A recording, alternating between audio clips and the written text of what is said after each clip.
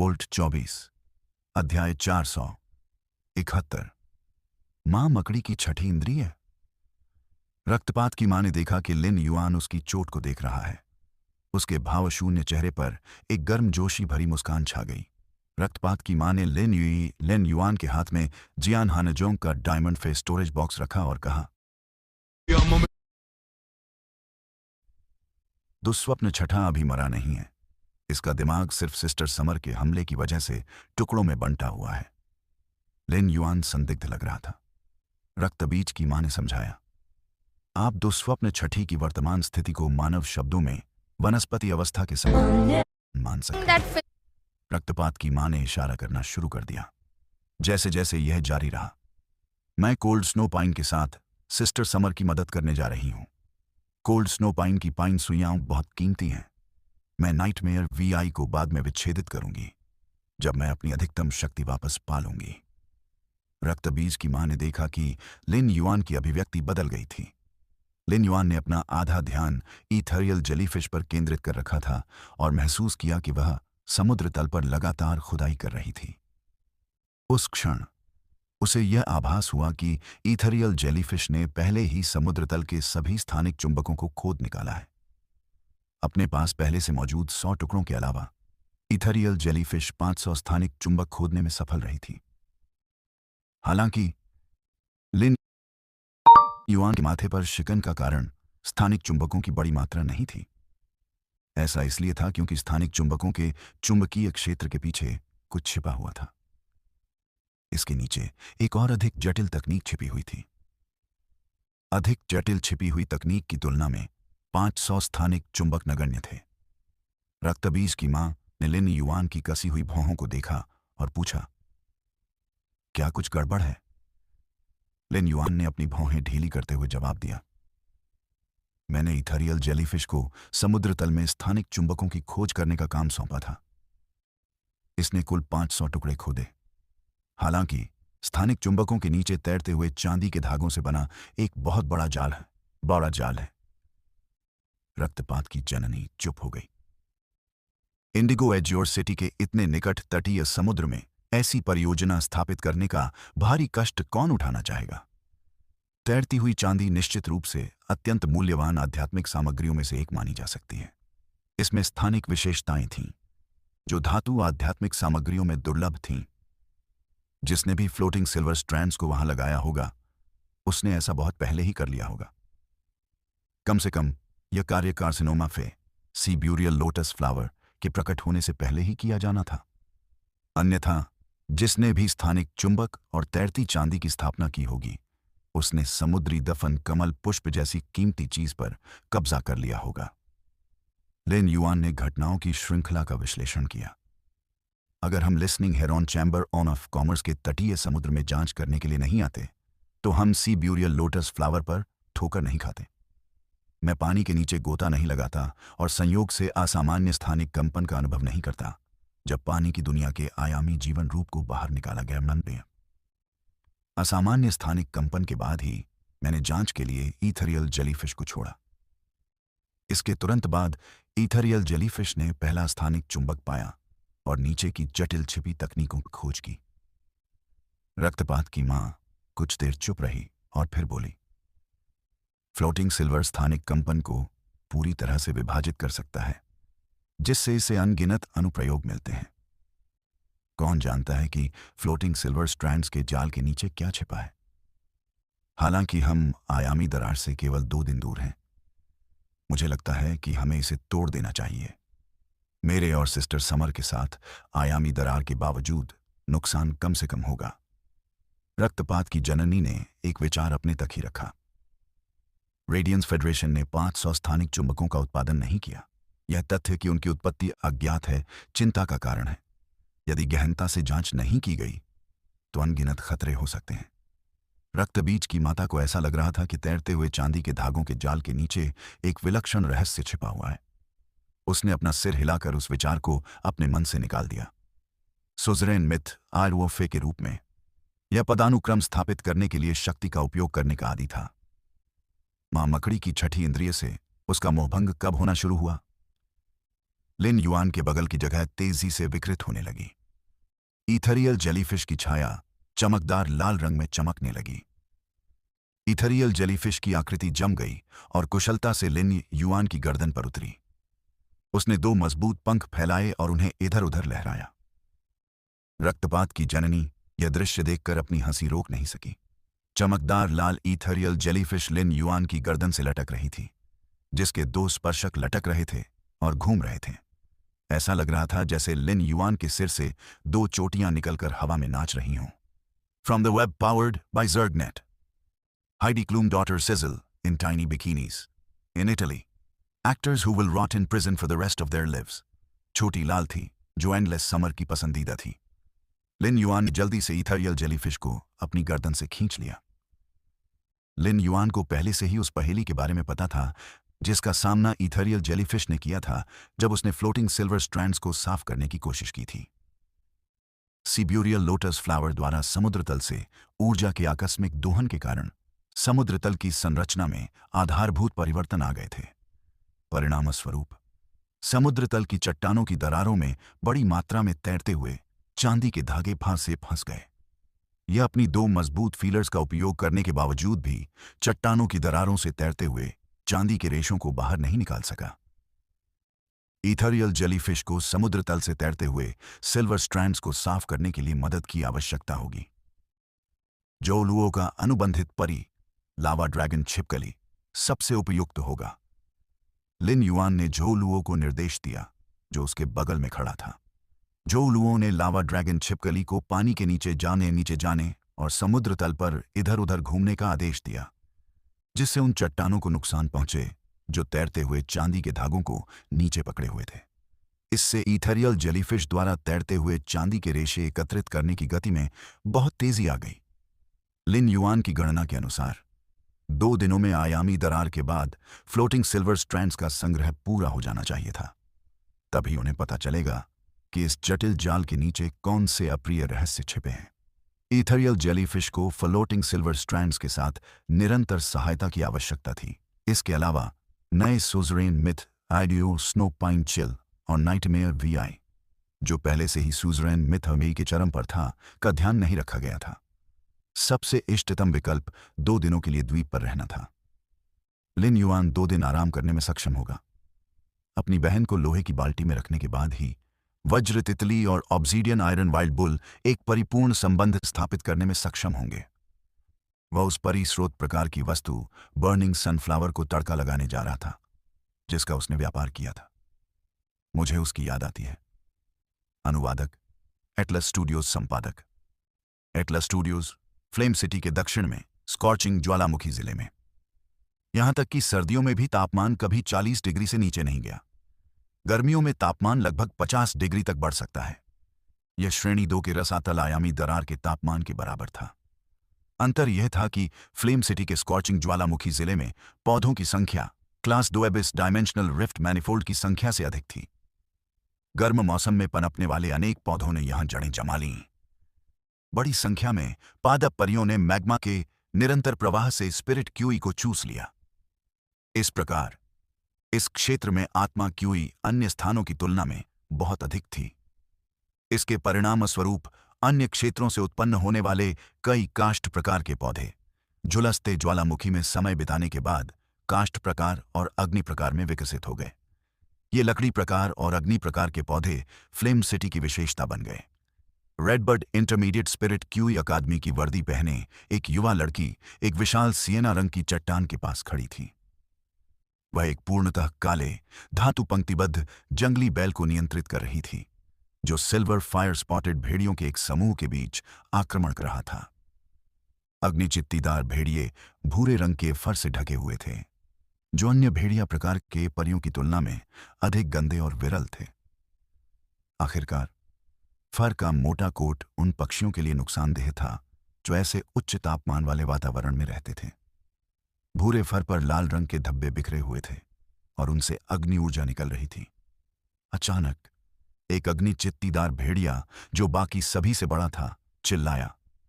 अग्निचित्तीदार भेड़िए को छोड़कर, जिसका सिर काले उग्र बैल द्वारा कुचल दिया गया था, शेष अग्नि चित्तीदार भेड़ियों के शरीर पर लाल धब्बे एक साथ चमक उठे। अग्नि चित्तीदार भेड़ियों के जबड़ों से लाल लाल लपटें जंगली काले बैल की ओर निकल पड़ीं। रेडबर्ड इंटरमीडिएट स्पिरिट क्यू अकादमी की वर्दी पहने वह युवा लड़की छूसी थी। जब उसने ऑब्सीडियन आयरन वाइल्ड बुल पर आग की लपटें बढ़ती देखीं तो उसकी आंखें चमक उठीं और वह बोली, obsidian iron wild bull, pain buffer का उपयोग करो। ऑब्सीडियन आयरन वाइल्ड बुल का मूल रूप से काला शरीर एक मणि के समान चमक बिखेरता था, जो कि प्रसिद्ध इंद्रधनुषी काला रंग था।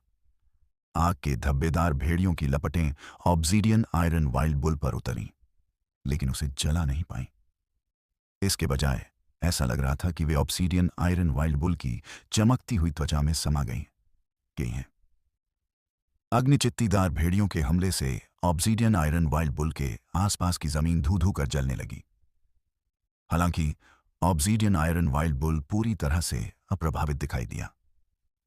ऑब्सीडियन आयरन वाइल्ड बुल के चारों ओर आग की लपटें फैल गईं जैसे ही वह फायर स्पॉटेड भेड़ियों की ओर बढ़ा, जिनके लाल धब्बे फीके पड़ गए थे।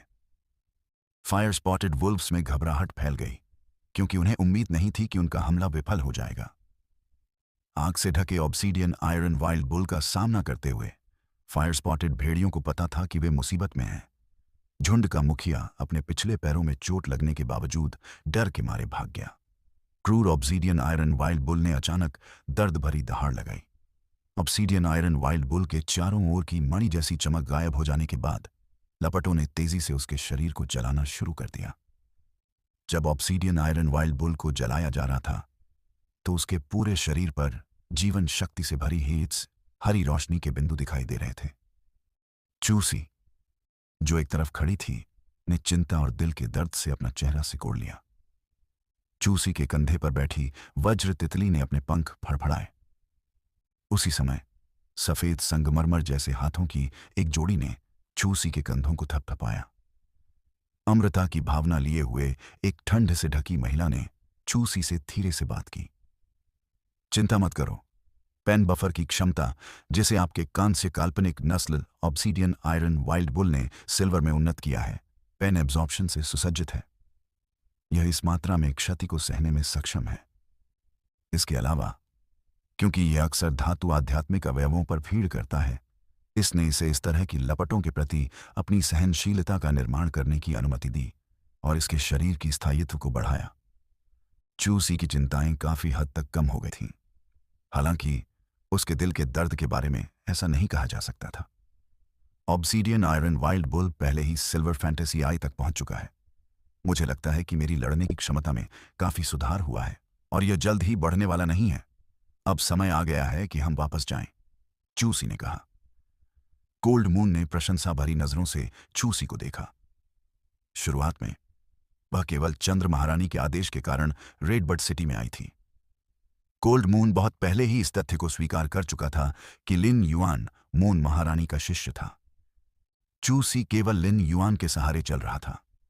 हालांकि उसके साथ समय बिताने के बाद कोल्ड मून को एहसास हुआ कि दिखने में विनम्र लड़की वास्तव में बेहद दृढ़ थी।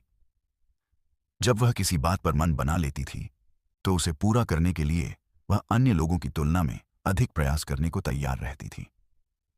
वह अपनी 15 वर्ष की आयु से कहीं अधिक लचीलापन रखती थी। कोल्ड मून ने शुरू में छुट्टियों के दौरान चूसी को प्रशिक्षण भ्रमण पर ले जाने का इरादा किया था। हालांकि कोल्ड मून को एहसास हुआ कि जब उसने चूसी को प्रशिक्षित किया तो वह केवल एक संरक्षक की जिम्मेदारी निभा रही थी।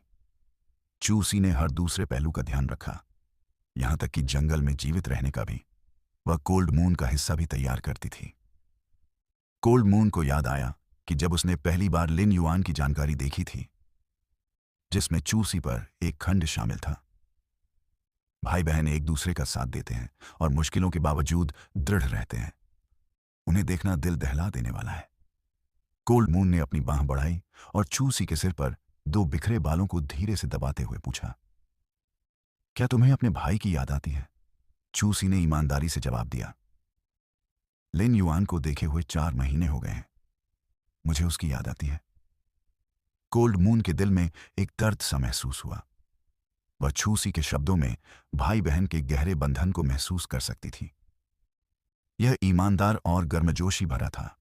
ऑब्सीडियन आयरन वाइल्ड बुल को घेरने वाली आग लगभग समाप्त हो चुकी थी। हालांकि ऑब्सीडियन आयरन वाइल्ड बुल को किसी तरह से नुकसान नहीं पहुंचा, लेकिन उसका पूरा शरीर जलकर काला हो गया था। वह स्पष्ट रूप से गंभीर रूप से घायल था। ऑब्सीडियन आयरन वाइल्ड बुल ने सूंघकर अपनी जगह पर खड़ा हो गया। उसने देखा कि दूर से फायर स्पॉटेड भेड़ियों का रंग गहरा लाल हो गया। ऑब्सीडियन आयरन वाइल्ड बुल की आंखों से ऊर्जा की एक मजबूत लहर फायर स्पॉटेड भेड़ियों की ओर निकली। भागते हुए अग्निचित्तीदार भेड़ियों के सिर फट गए और वे मरकर जमीन पर गिर पड़े। कोल्ड मून विस्मय से हाँफने लगा। ऑब्सीडियन आयरन वाइल्ड बुल केवल सिल्वर फैंटेसी आई हो सकता है, लेकिन पर्याप्त क्षति होने के बाद इसका विशेष कौशल एनिहिलेशन गेज कमेडीज गोल्ड फैंटेसी नस्ल के बराबर शक्ति प्राप्त करने में सक्षम होगा। अद्भुत! यदि आसपास कोई ऐसा व्यक्ति होता जो कोल्ड मून को पहचानता तो निश्चित रूप से उसके होश उड़ जाते। कोल्ड मून अपने अहंकार के लिए बदनाम थी। उसने चंद्र महारानी के सामने अपनी बात कहने का साहस भी किया। जाहिर है cold moon obsidian iron wild bull की बहुत प्रशंसा करता था। कोल्ड मून उत्सुकता से बच नहीं सका। लिन युआन को अपनी बहन के लिए ऐसा खजाना कहां से मिला? यह बहुत मजबूत है। यह बहुत सारे हिट को संभालने में सक्षम है और इसमें प्रभावशाली रक्षात्मक क्षमताएं हैं। इसकी क्षमताएं चूसी की शक्ति को तेजी से बढ़ाएंगी जब यह अपनी ताकत में सुधार करेगी। सभी फैंटेसी ब्रीड फे अपनी अलग अलग प्रतिभा, रक्त रेखा, क्षमताओं और विशिष्ट विशेषताओं के मामले में एक दूसरे का प्रतिकार करते हैं। इसके परिणामस्वरूप उनकी शक्ति में बड़ा अंतर होता है। फैंटेसी ब्रीड्स में बहुत कम फे काम्बिवे हैं जो खुद को अलग कर सकते हैं। ऑब्सीडियन आयरन वाइल्ड बुल के विशेष कौशल दर्द अवशोषण ने इसके अन्य विशेष कौशल विनाश गेज को मजबूत किया। दर्द बफर क्षमता, जिसे ऑब्सीडियन आयरन वाइल्ड बुल ने सिल्वर ग्रेड के दौरान सीखा था, उसे चोट लगने की आवश्यकता होती है। हालांकि जब ऑब्सीडियन आयरन वाइल्ड बुल क्षति को कम करना शुरू करता है तो वह दर्द का उपयोग खुद को मजबूत करने के लिए कर सकता है। जब इसे आयरन हॉर्न के साथ जोड़ा जाता है तो यह ऑब्सीडियन वाइल्ड बुल को होने वाली क्षति को अपनी सहज आक्रमणकारी शक्ति के साथ संयोजित कर देता है तथा उसे अपने लक्ष्य पर केंद्रित कर देता है। ऑब्सीडियन आयरन वाइल्ड बुल एक नियमित रक्षा प्रकार के फी की तरह नहीं लगता है। हालांकि पेन बफर निश्चित रूप से एक रक्षात्मक क्षमता है, लेकिन जब ऑब्सीडियन आयरन वाइल्ड बुल द्वारा इसका उपयोग किया जाता है तो यह एक बिल्कुल नए जानवर में बदल जाता है। खासकर जब चूसी द्वारा निर्देशित किया जाता है तो इसकी शक्ति इस दुनिया से बाहर हो जाती है। कोल्ड मून की प्रशंसा सुनकर चूसी के चेहरे पर एक मुस्कान उभरी और उन्होंने कहा, लिन युआन ही वह है जिसने मुझे ऑब्सीडियन आयरन वाइल्ड बुल दिया था। कोल्ड मून चूसी के शब्दों से उसके गर्व और खुशी को महसूस कर सकता था। चूंकि हम यहां स्कॉर्चिंग ज्वालामुखी जिले में हैं, तो क्यों न मैं आपके ऑब्सीडियन आयरन वाइल्ड बुल के लिए कुछ शाइनिंग अयस्कों का खनन करूं। इससे ऑब्सीडियन आयरन वाइल्ड बुल को अपना ग्रेड बढ़ाने में मदद मिल सकती है, कोल्ड मून ने कहा। उन्होंने आगे बताया, चमकते अयस्कों की प्रभावशीलता तभी होती है जब उन्हें स्कॉर्चिंग ज्वालामुखी से ताजा खनन किया जाता है। एक बार जब यह ठंडा हो जाता है तो यह एक साधारण अयस्क में बदल जाता है और ऑब्सीडियन आयरन वाइल्ड बुल के ग्रेड को बढ़ावा देने की क्षमता खो देता है। शाइनिंग अयस्क को खनन करने और ऑब्सीडियन आयरन वाइल्ड बुल के ग्रेड को बढ़ावा देने में लगभग 2 दिन लगते हैं। हम 2 दिनों के बाद वापस जा सकते हैं। चूसी को पता था कि यह अवसर दुर्लभ था।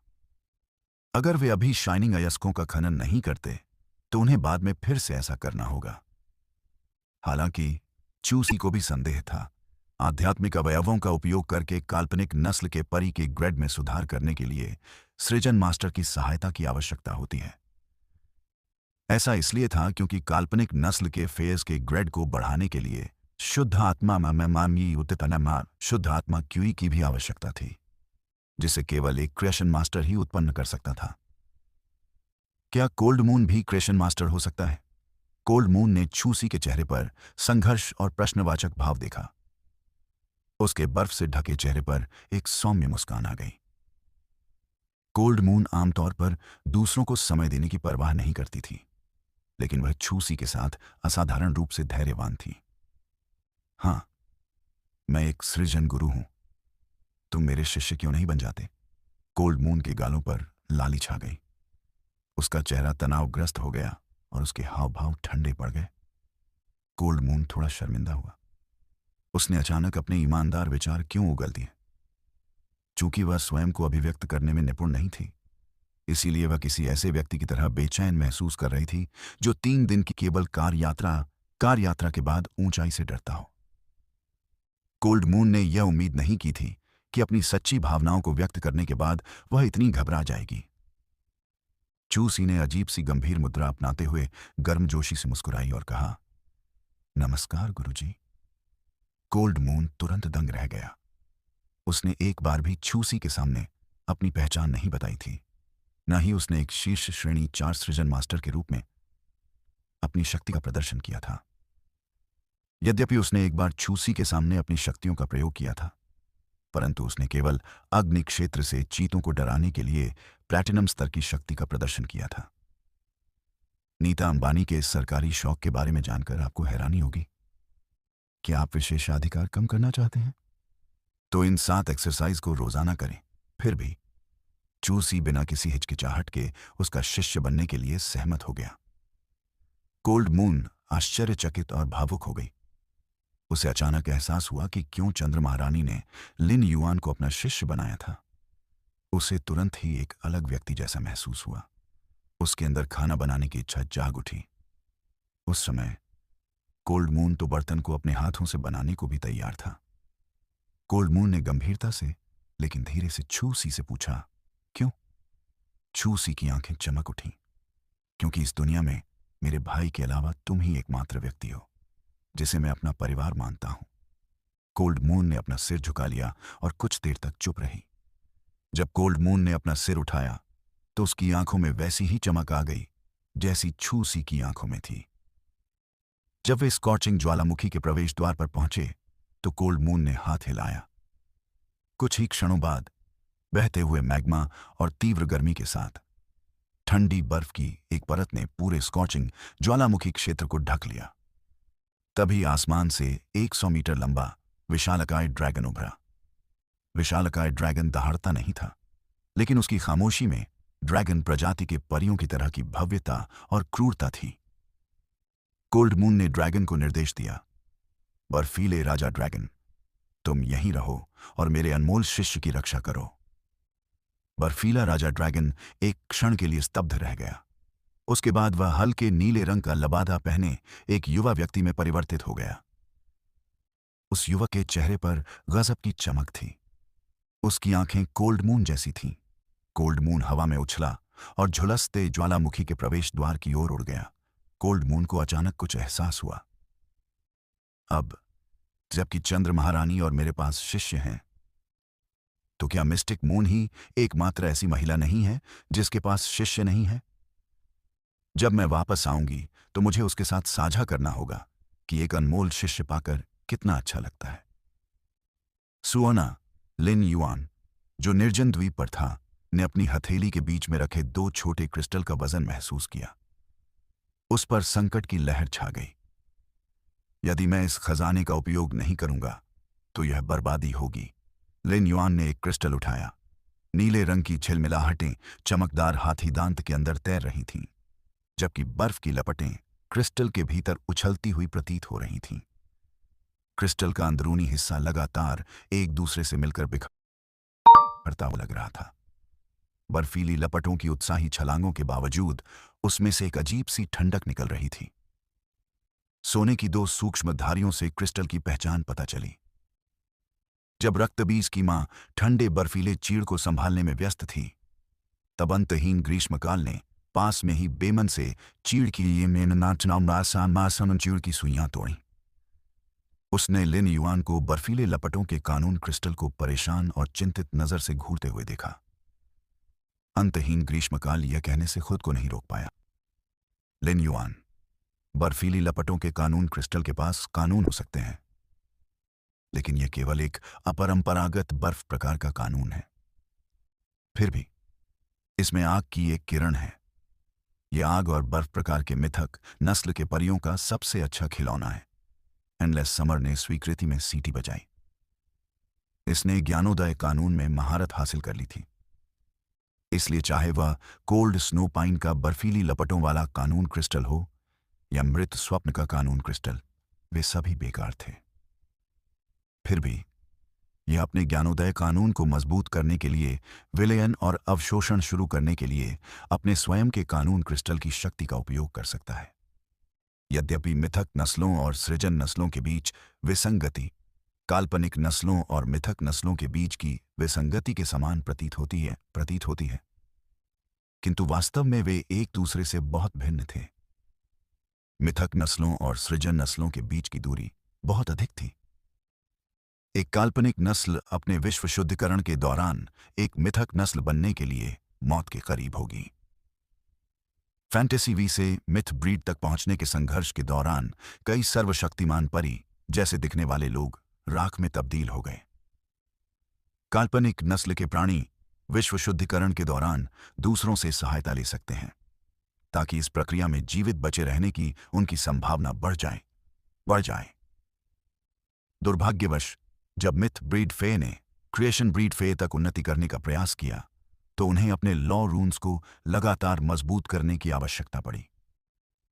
उनके कानून रूनों को इतना मजबूत होना आवश्यक था कि वे केवल कानून की शक्ति का उपयोग करके कानून की एक वास्तविक दुनिया बना सकें। अतः यह मिथ ब्रीड्स के लिए 100 गुना अधिक खतरनाक था, क्योंकि उन्हें विश्व शुद्धिकरण के बजाय विश्व निर्माण के परीक्षण से गुजरना पड़ा।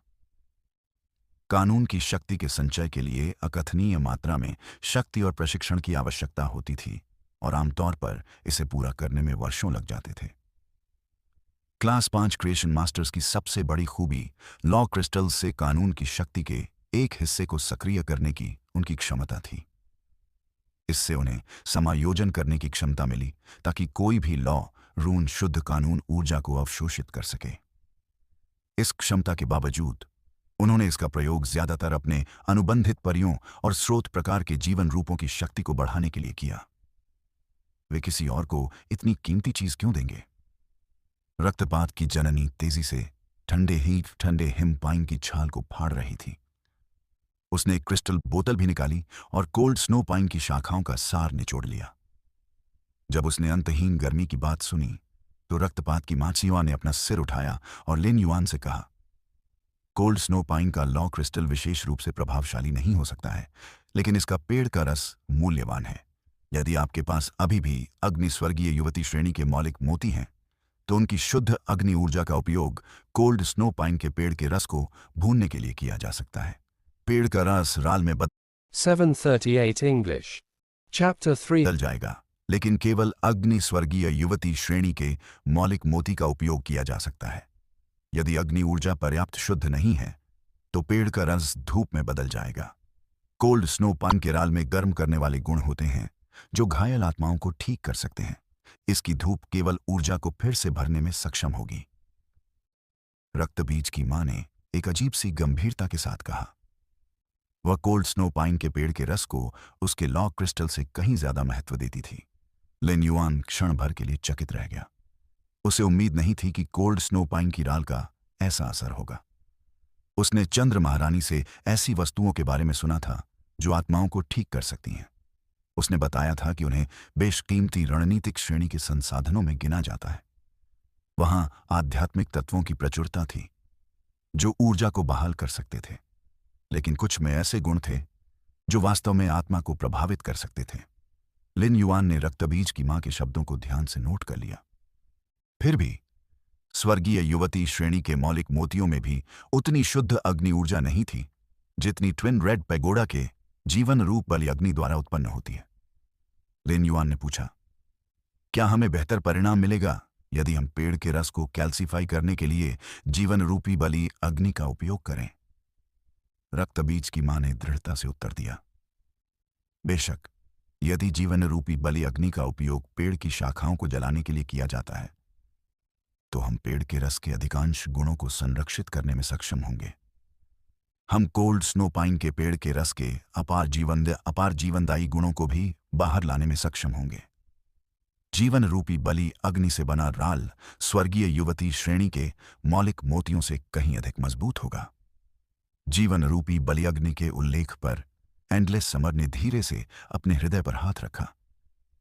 इसे बचाने के लिए लिन युआन ने इसके अंदर जीवन रूपी बलि अग्नि रख दी थी, जो इसके शरीर के अंदर एक वृक्ष का केंद्र बन गई थी। अंतहीन ग्रीष्मकाल ने अपने मूल वृक्ष मूल को पुनः अवशोषित कर लिया था, जिसे खोदकर बाहर निकाला गया था। इस प्रकार अब एंडलेस समर में दो वृक्ष कोर थे। दो वृक्ष कोर का स्वामित्व प्राप्त करना मेरे लिए जीवन का एक बड़ा अवसर और एक बड़ा परिवर्तन दोनों था। अंतहीन ग्रीष्मकाल ने महसूस किया कि लिन युआन के लिए यह जीवन में एक बार मिलने वाला अवसर था, जिसमें जीवन रूप बलिदान अग्नि जैसी मूल्यवान चीज का एक टुकड़ा भी प्राप्त करना था। अब जबकि लिन युआन के पास कोई जीवन रूपी बलि अग्नि नहीं थी, तो एंडलेस समर को दोषी महसूस हुआ। एंडलेस समर के हृदय की गहराई में कृतज्ञता उमड़ पड़ी। इस बीच लिन युआन मानसिक रूप से गणना कर रहा था। यह सबसे अच्छा है। अगर हम कोल्ड स्नो पाइन को कैल्सीफाई करने के लिए लाइफ फॉर्म सैक्रिफिशियल फायर का उपयोग कर सकें, फिर मैं ट्विन रेड पैगोडा के मुख्य फूल के परिपक्व होने के लिए स्पिरिट लॉक स्थानिक क्षेत्र तक प्रतीक्षा करने में सक्षम हो जाऊंगा, ताकि कोल्ड स्नो पाइन के पेड़ के रस को कैल्सीफाई करने के लिए इसके लाइफ फॉर्म सैक्रिफिशियल फायर का उपयोग किया जा सके। जो लुओ, जो पास में खड़ा होकर लावा ड्रैगन छिपकली को निर्देश दे रहा था, ने लिन युआन, रक्तबीज की मां और अंतहीन ग्रीष्म के बीच बातचीत सुनी और अचानक महसूस किया कि जैसे उसका स्वामी बहुत क्रूर था। उसके मालिक और रक्तबीज की माता ने इस निर्जन द्वीप पर एक डिस्को बनाने की बात की थी, लेकिन कौन जानता था कि यह योजना कब फलित होगी। निर्जन द्वीप का दृश्य बहुत सुंदर था। वे डिस्को के साथ साथ थिएटर भी बना सकते थे। जब समय आएगा, मैं अपनी विशेषता वाली सुओना को पुनः बाहर निकाल सकूंगा। युआन ने अपने दूसरे हाथ में डेड ड्रीम लॉ क्रिस्टल को देखा। यह थोड़ा बड़ा था और राख जैसे काले रंग का था, जिसमें दो सुनहरी धारियां थीं। मृत स्वप्न विधि क्रिस्टल में एक चंचल स्वप्न क्षेत्र समाहित था। धुंधले स्वप्न क्षेत्र में दर्द के साथ साथ खुशी की अजीब सी अनुभूति थी। लिन युआन का हाथ कांप उठा और उसने काला लॉ क्रिस्टल निकाला, जो उसने अंतहीन जंगल में नाइट कैलेमिटी क्रो से प्राप्त किया था। लिन युआन को अचानक यह एहसास हुआ कि उसके भाग्य में अंधकारमय प्रकार के परियों का साथ लिखा था। उसके हाथों में मौजूद 3 में से 2 law crystal dark type face से आए थे। हालांकि उन 2 काले प्रकार के विधि क्रिस्टलों में से रात्रि आपदा कौवा वाला क्रिस्टल स्पष्ट रूप से स्वप्नभक्षी चमगादड़ वाले क्रिस्टल से बेहतर था। चाहे वह क्रिस्टल में निहित कानून हो या स्वयं कानून क्रिस्टल का स्वरूप, नाइट कैलेमिटी क्रो का कानून क्रिस्टल विजेता बनकर उभरा। ऐसा संभवतः इस तथ्य के कारण हुआ कि नाइटमेयर जी आइस ने अपने विशिष्ट कौशल डार्क नाइट ट्रिब्यूट का प्रयोग किया था, जिसके कारण मूलतः पूर्ण कानून क्रिस्टल टूट गया था। हालांकि डेड ड्रीम लॉ क्रिस्टल काले क्रिस्टल की तुलना में बहुत गहरा था। जैसे ही उसने 3 कानून क्रिस्टल के साथ छेड़छाड़ की, लिन युआन की चिंताएं बढ़ गईं। लिन युआन कभी भी लॉ क्रिस्टल जैसी किसी चीज का व्यापार नहीं करेगा, इसलिए वे लिन युआन के साथ रहना जारी रखेंगे। हालांकि लिन युआन वर्तमान में कानून क्रिस्टल का उपयोग करने में असमर्थ था। कानूनों के बीच मूलभूत अंतर के कारण अंतहीन ग्रीष्मकाल या रक्तबीज की मां भी इन कानून क्रिस्टल को अवशोषित करने में सक्षम नहीं होगी। इस सब के पीछे एक प्रकार की मधुर दुविधा थी। यदि लिन युआन के विचार अनुभवी गुट के सदस्यों को पता चल जाते, तो वे उसके चेहरे पर 2 थप्पड़ मार देते। वे फिर लिन युआन पर चिल्लाते, उठो मूर्ख, यह एक मीठी दुविधा कैसे हो सकती है? यह तो एक मीठी खुशी होनी चाहिए। लियू जी एक तरफ खड़े होकर कीट रानी को सिल्वर प्रोटीन सिल्कवर्म क्रिसलिस खिला रहे थे। लियू जी, जिसके पास केवल एक अनुबंधित परी थी, ने प्रत्येक लड़ाई के बाद कीट रानी की शक्ति को पुनः बढ़ाने के लिए उसे स्रोत प्रकार के जीवन रूप खिलाए।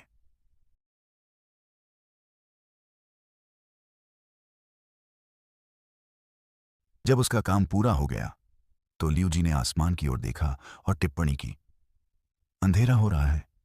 चूंकि हम इन 2 दिनों में निर्जन द्वीप पर रहने वाले हैं, तो क्यों न मैं इंडिगो एज्योर सिटी जाऊं और वहां अस्थायी शिविर बनाने के लिए सामग्री ले आऊं। बाद में मैं बर्तन बनाने के लिए कुछ धातु की सामग्री इकट्ठा करूंगा ताकि मैं कुछ समुद्री भोजन पका सकूं। रक्तबीज की माता की आंखें चमक उठीं। हालांकि यह वह नहीं था जिसने आवाज उठाई थी। जब लिन युआन ने लियू जी के सुझाव को सुना तो उसने अपने बटन के आकार के डायमंड फेस स्टोरेज बॉक्स से कई त्वरित निर्माण टेंट निकाले। ये टेंट एहतियात के तौर पर तब लगाए गए थे जब वेन यू लिन युआन को फेस स्टोरेज बॉक्स को व्यवस्थित करने में मदद कर रहा था। लिन युआन को अब तक उनका उपयोग करने का मौका नहीं मिला था। अंततः वे उपयोगी हो सकते हैं। रक्तबीज की माता ने लिन युआन को भी परी भंडारण बॉक्स से कुछ फल निकालते देखा। उसकी तेज नजरों ने फलों के बीच में रखे कुछ राशन को भी देख लिया। मदर ऑफ ब्लड बेथ अपने पैरों पर उछल पड़ी, अपना हाथ उठाया और चिल्लाई, मैं लियू जी के सुझाव से सहमत हूं। सिस्टर समर कोल्ड स्नोपाइन के घटक भागों को स्पिरिट सामग्री में अलग कर देगी। मैं लियू जी के साथ इंडिगो एज्योर सिटी के ताजे उत्पाद बाजार की जांच करने जाऊंगी। स्टार वेब के अनुसार ग्रिल्ड सॉफ्ट बोन ग्रुपर विशेष रूप से है। रक्तबीज की माता को लगा कि लिन युआन वस्तुतः एक राक्षस था। यह एक शानदार और युद्धग्रस्त मकड़ी थी और यह कैसे उम्मीद कर सकता था कि उसे राशन और फल से संतुष्टि मिलेगी। उसे समुद्री भोजन की एक तवे पर दावत की जरूरत थी। जब लिन युआन ने रक्तबीज की माता को नरम हड्डियों वाले ग्रुपर का जिक्र करते सुना तो उसकी पलकें तुरंत फड़कने लगीं। स्टार वेब पर किस परी ने कहा था कि ग्रिल्ड सॉफ्ट बोन ग्रुपर स्वादिष्ट होता है? क्या उन्होंने नरम हड्डी वाले ग्रुपर को भूनने के लिए उच्च स्तर की आग का उपयोग करने की कोशिश की थी? सॉफ्ट बोन ग्रुपर्स जब युवा थे तो उनकी लंबाई 4 मीटर थी। परिपक्व पौधे 18 मीटर तक लंबे हो सकते हैं। इतनी बड़ी मछली को खाने में महीनों लग जाएंगे। इसके बावजूद लिन युआन इस विचार से सहमत हो गया। ऐसा इसलिए था क्योंकि जैसे ही लियू जी ने समुद्री भोजन पकाने की बात कही, उसके पेट में गरजना शुरू हो गया। ग्रिल्ड सी फूड लियू जी की विशेषता थी। लियू जी कई प्रकार के व्यंजन पकाने में सक्षम थे, इसलिए वे अक्सर समुद्री भोजन नहीं पकाते थे। लिन युआन को अचानक महसूस हुआ कि रक्तबीज की मां उसे आरोपात्मक निगाह से देख रही है। लिन युआन तुरंत घबरा गया। उसने उन फलों पर नजर डाली जो उसने निकाले थे और जल्दी से उन्हें वापस फेस स्टोरेज बॉक्स में रखने के लिए नीचे झुका। खाने की वैश्विक चैंपियन रक्तबीज की जननी निश्चित रूप से आसानी से क्रोधित हो जाती है। लिन युआन ने फलों को सिर्फ समुद्री भोजन पर सॉस के रूप में इस्तेमाल करने के लिए निकाला था। राशन का बैग गलती से गिर गया था। लिसन के होठों के कोने ऊपर की ओर खिंच गए और वह अपनी हंसी को दबाने की कोशिश कर रहा था। उसने जल्दी से कहा, इंडिगो एज्योर सिटी में बहुत सारे समुद्री भोजन हैं जो इस क्षेत्र के मूल निवासी हैं। कुछ झींगा और स्कैलप्स प्रजातियां चारकोल ग्रिलिंग के लिए बहुत उपयुक्त हैं। मैं इस क्षेत्र से अधिक परिचित हूं और एक गाइड के रूप में कार्य कर सकता हूं। मैं अगले 2 दिनों के लिए आवश्यक बुनियादी राशन भी ले लूंगा। रक्तबीज की माता, लियू जी और लिसन के चले जाने के बाद लिन युआन ने फलों का रस निकालना शुरू कर दिया। उन्होंने प्रत्येक व्यक्ति की पसंद के अनुसार फलों का रस निकालना सुनिश्चित किया। चूंकि वह नहीं जानता था कि झो लो को क्या पसंद है, इसलिए उसने प्रत्येक प्रकार की अतिरिक्त चीजें बनाई ताकि झो लो अपनी पसंद की चीज चुन सके। जब उनका काम पूरा हो गया तो लिन युआन ने रस को एक क्रिस्टल की बोतल में भरकर उसकी ताजगी बनाए रखने के लिए उसे ठंडे समुद्र में रख दिया। जैसे जैसे रात करीब आती गई, रक्तबीज की मां, अंतहीन ग्रीष्म, लिन युआन, लिसन और जो लुओ ने अपना पेट भर गया मांस ये भर लिया। जो लुओ के अलावा ड्रैगन छिपकली ने भी ग्रिल्ड मछली के कुछ टुकड़े चुरा लिए थे। लियू जी एक मर्दाना आदमी था जिसने अकेले ही कोल्ड फ्रॉस्ट सिटी में कीटों के ज्वार को आधे घंटे तक रोके रखा था, लेकिन इस समय उसके पास एक रत्ती भी ताकत नहीं थी। लियू जी को एक विचार सूझा। वह खुश था कि वेन्यू नहीं आया, अन्य था उन्हें कम से कम 2 और मछलियां, 5 और केकड़े, 3 और झींगा की छड़ियां, स्कैलप्स का एक और ढेर और कौन जाने कितना और स्क्विड भूनना पड़ेगा। न पेट भरने के बाद समूह आराम करने के लिए पहले से स्थापित टेंट में चला गया। जो लुओ ने हाल ही में संक्रमित डार्क स्नेक ड्रैगन छिपकली को बुलाया। वह उसे साथी के रूप में देखना चाहता था, साथ ही इस बीच उसके साथ एक गहरा रिश्ता भी बनाना चाहता था। लावा ड्रैगन छिपकली ने ईथेरियल जेलीफिश को समुद्र तल को हिलाने में मदद करना जारी रखा ताकि वे गहराई में तैरते हुए चांदी के धागों को इकट्ठा कर सकें। लियूजी के तंबू से एक जोरदार जम्हाई की आवाज आई जो उनकी थकावट को दर्शा रही थी। रक्तपात और अंतहीन ग्रीष्म की जननी ठंडे हिमपाइन की छाल को फाड़ने के लिए वापस चली गई। रक्तबीज की माता ने आध्यात्मिक सामग्रियों को बहुत ही पेशेवर ढंग से संभाला। काम लगभग पूरा हो चुका था और मदर ऑफ ब्लडबैथ ने बहुत ही सावधानी से काम किया था। उसने कोल्ड स्नो पाइन के पेड़ की छाल को भांग के धागे में भी बदल दिया। उसने इसे वेन यू को देने की योजना बनाई ताकि वह लिन युआन के लिए कुछ बना सके। लिसन ने पेन इल्यूसरी फॉक्स और थ्री टेल्ड क्रिम्सन फॉक्स को प्रशिक्षित करने के लिए डाउन टाइम का उपयोग किया। उन्होंने पेन इल्यूसरी फॉक्स और थ्री टेल्ड क्रिम्सन फॉक्स के टकराव के बीच प्रतिध्वनि का उपयोग उनकी युद्ध अनुकूलता को बेहतर बनाने के लिए किया। लिन युआन ने देखा कि जिस तरह से लिसन दर्द को भ्रमित करने वाली लोमड़ी को प्रशिक्षित कर रहा था और 3 पूंछ वाली क्रिम्सन लोमड़ी ने आंशिक रूप से उसकी अपनी विशेष समझ को शामिल किया था। लिन युआन ने सिल्वर 7 फैंटेसी आई पेन इल्यूसरी फॉक्स को उन्नत किया था और इसे एक उत्कृष्ट आत्मा प्रकार का परी माना गया था। माजे किया गया था। दर्द को भ्रमित करने वाली लोमड़ी अपने लक्ष्यों को नियंत्रित करने और उन्हें नुकसान पहुंचाने के लिए दर्द को एक माध्यम के रूप में इस्तेमाल करती थी। यह लड़ाई का एक अमूर्त साधन था। सिल्वर 7 फैंटेसी एक पेन इल्यूसरी फॉक्स की तुलना में सिल्वर 3 फैंटेसी एक थ्री टेल्ड क्रिम्सन फॉक्स से कदम ऊपर था। अपनी क्षमताओं की अनुकूलता के कारण वे एक अच्छी साझेदारी बनाने में सक्षम हुए। यद्यपि इसकी लगातार जलती हुई 3 पूंछों के कारण थ्री टेल्ड क्रिम्सन फॉक्स एक अग्नि प्रकार के परी जैसा दिखता था, लेकिन निस्संदेह यह एक आत्मा प्रकार का परी था। इसकी पूंछ के ऊपर जलने वाली आग अगर संपर्क में आती तो इसके लक्ष्यों को कमजोर कर सकती थी और उनकी रक्षात्मक क्षमता को कम कर सकती थी। इसने 3 पूंछ वाले क्रिम्सन फॉक्स की आध्यात्मिक क्षमताओं को मजबूत किया, चाहे वह इससे होने वाला नुकसान हो या नियंत्रण का स्तर। 3 पूंछ वाली क्रिम्सन लोमड़ी में सम्मोहन क्षमता भी थी। एकल युद्ध में इस तथ्य के कारण कि प्रत्येक आत्मा क्यूब पेशेवर के पास अधिकतर कई परी होते थे, आक्रमणकारी शक्ति विजय प्राप्त करने में महत्वपूर्ण थी। इस प्रकार थ्री टेल्ड क्रिम्सन फॉक्स जैसा परी जिसमें नियंत्रण क्षमताएं थीं, एकल युद्ध में विशेष रूप से सहायक नहीं था। हालांकि जब टीम लड़ाई की बात आती है तो 3 पूंछ वाले क्रिम्सन फॉक्स की क्षमताओं का प्रतिद्वंद्वी के मुख्य दुश्मनों पर बहुत प्रभाव पड़ता है। इस बात की पूरी संभावना थी कि यह ऐसी लड़ाइयों में एक प्रमुख खिलाड़ी होगा। जब लिसन ने लिन युआन को आते हुए सुना तो उसने दर्द भ्रमकारी लोमड़ी और 3 पूंछ वाले लाल लोमड़ी के बीच लड़ाई रोक दी। 3 पूंछ वाली लाल लोमड़ लिसन के पैर के पास लेट गई और जमीन पर बैठ गई, जबकि उसकी 3 बड़ी पूंछें लिसन की पतलून पर हल्के से टिकी हुई थीं। कुल मिलाकर बहुत संतुष्ट दिख रही थीं। दर्द को भ्रमित करने वाली लोमड़ी ने धीरे से लिसन को पुकारा, जिसने सिर हिलाया। बर्फ सफेद दर्द भरी लोमड़ी कुछ ही कदमों में लिन युआन की ओर दौड़ी। उसके छोटे छोटे पंजे लिन युआन के पैर पर पड़े और ऐसे हिल रहे थे मानो वह उसका अभिवादन कर रहा हो। फिर वह लिसन की तरफ लौट गई। दर्द से भ्रमित लोमड़ी को अभी भी स्पष्ट रूप से याद था कि लिन युआन ने उसके ग्रेड और गुणवत्ता को आगे बढ़ाने में मदद की थी। सुनो, मान लिया कि लिन युआन कोई निर्देश देने आया है। युवा मास्टर, क्या बड़े भाई जो को मदद की जरूरत है? उसने पूछा। लिन युआन ने अपना सिर हिलाया और अपने सिर के पीछे बिखरे बालों को थपथपाने के लिए आगे बढ़ा। सुनो, तुम अब बड़े हो गए हो और तुम्हारे पास अब पर्याप्त शक्ति है। क्या तुम्हारा गिल्ड क्लब के इस टूर्नामेंट में भाग लेने का कोई प्लान है? लिन युआन को याद आया कि जब लिसन ने उसके स्टार वेब द्वंद्व रिकॉर्ड का उल्लेख किया था तो उसने कहा था कि उसका स्टार टॉवर स्तर सिर्फ 10वें स्तर से आगे था।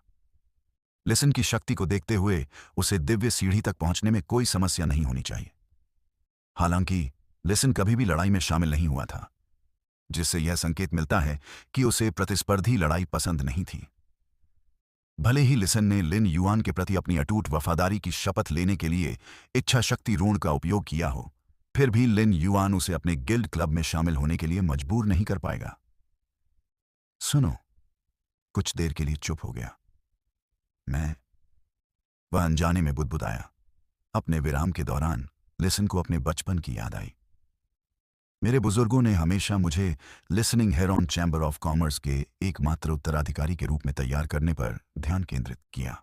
मेरे दिन listening heron chamber of commerce के प्रबंधन और इसकी पहुंच बढ़ाने के पाठों से भरे हुए थे। मेरे बुजुर्ग listening heron chamber of commerce के आधे संसाधन देने को तैयार हो सकते थे ताकि मैं शक्तिशाली फी और क्षमताएं हासिल कर सकूं। लेकिन उन्होंने मुझे स्टार वेब पर लड़ने की कभी इजाजत नहीं दी। उन्हें हमेशा लगता था कि यह समय की बर्बादी है जिसे व्यवसाय का प्रबंधन सीखने में खर्च किया जा सकता था। जैसे जैसे समय बीतता गया, मुझे स्टार वेब पर लड़ते समय जो खुशी मिलती थी उसे मैं किनारे रखने की आदत हो गई। 3 साल पहले जब मेरा परिवार समुद्र में मर गया, तब भी मैंने listening heron chamber of commerce को बनाए रखने के लिए कड़ी मेहनत जारी रखी। मेरे पास स्टार वेब पर लड़ने के लिए कोई समय या ऊर्जा नहीं थी। हालांकि मैं यह स्वीकार करता हूं कि कभी-कभी अपने योद्धाओं को प्रशिक्षित करते समय मैं अपनी लड़ाकू क्षमताओं को बेहतर बनाने का अवसर भी लेता हूं। मैंने कभी उम्मीद नहीं की थी कि लिन युआन मुझे अपने गिल्ड क्लब में शामिल होने के लिए कहेगा। बेशक, मैं इसमें शामिल होना पसंद करूंगा। मुझे विश्वास नहीं हो रहा कि उसने मुझसे पूछा। जब से मैंने अपनी और listening heron chamber of commerce की वफादारी की प्रतिज्ञा की है, तब से उन्होंने listening heron chamber of commerce में बहुत सारे संसाधन डाले हैं। लेकिन मैंने अभी भी खुद को कुछ नहीं बनाया है। अगर लिन युआन ने गुप्त रूप से मेरी रक्षा नहीं की होती तो मैं रॉयल कैपिटल में अपनी जान गंवा देता। इस दौरान मुझे एहसास हुआ कि वह एक अच्छा आदमी है जिसके साथ घुलना मिलना आसान है। उसकी मौजूदगी में रहना सुकून देने वाला है। हालांकि मैं हमेशा अपने अधीनस्थ होने की स्थिति के बारे में जागरूक रहता हूं। यह कहने के बाद वह मुझे अधीनस्थ के बजाय एक दोस्त की तरह व्यवहार कर रहा होगा, क्योंकि वह मुझे आमंत्रित करने के लिए तैयार है। लिन को समझ से परे धक्का लगा और लिन युआन के सवाल पर वह हंसने लगी। बड़े भाई लियू और मैंने एक गिल्ड क्लब शुरू किया है। हम अगले साल के इस टूर्नामेंट में शामिल होने की योजना बना रहे हैं। गिल्ड क्लब का नाम डोम गिल्ड क्लब है। अभी तक हम समूह के 2 मुख्य सदस्य हैं। अगर आप शामिल होने का फैसला करते हैं तो आप तीसरे होंगे। युआन के स्पष्टीकरण और निमंत्रण के बाद लिसन दर्द भ्रमकारी लोमड़ी और 3 पूंछ वाली लाल लोमड़ी को उठाने के लिए नीचे झुका। मैं इसमें शामिल हूं। मैं अपनी शक्ति बढ़ाऊंगा और साथ ही listening heron chamber of commerce की सफलता को भी आगे बढ़ाऊंगा। यह 4 महीने में पूरा हो जाएगा, लिसन ने कहा। लिन युआन ने लिसन की ओर अपना हाथ बढ़ाया और कहा, स्वागत है डोम गिल्ड क्लब के तीसरे सदस्य। लिसन ने धीरे से लिन युआन की पीठ पर अपना हाथ रखा, जो साथियों के रूप में उनके नए बंधन का प्रतीक था। सुनो, मन ही मन निर्णय पर पहुंचे। ऐसा लग रहा है कि मैं स्टार वेब पर लड़ने वाला हूं।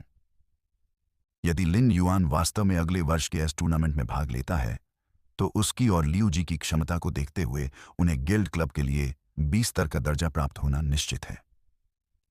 हमारे डोम गिल्ड क्लब में ब्लैक और रेडियंस 100 सीक्वेंस के सदस्य लियू जी हैं। सदस्य रोस्टर जारी होने के बाद वे निश्चित रूप से बहुत ध्यान आकर्षित करेंगे। मुझे पता है कि मैं रेडियंस 100 सीक्वेंस का सदस्य नहीं बन सकता, लेकिन अगर मैं सेलेस्टियल स्टेयरवे तक पहुंच सकता हूं तो मुझे टीम की काली भेड़ के रूप में नहीं जाना जाएगा।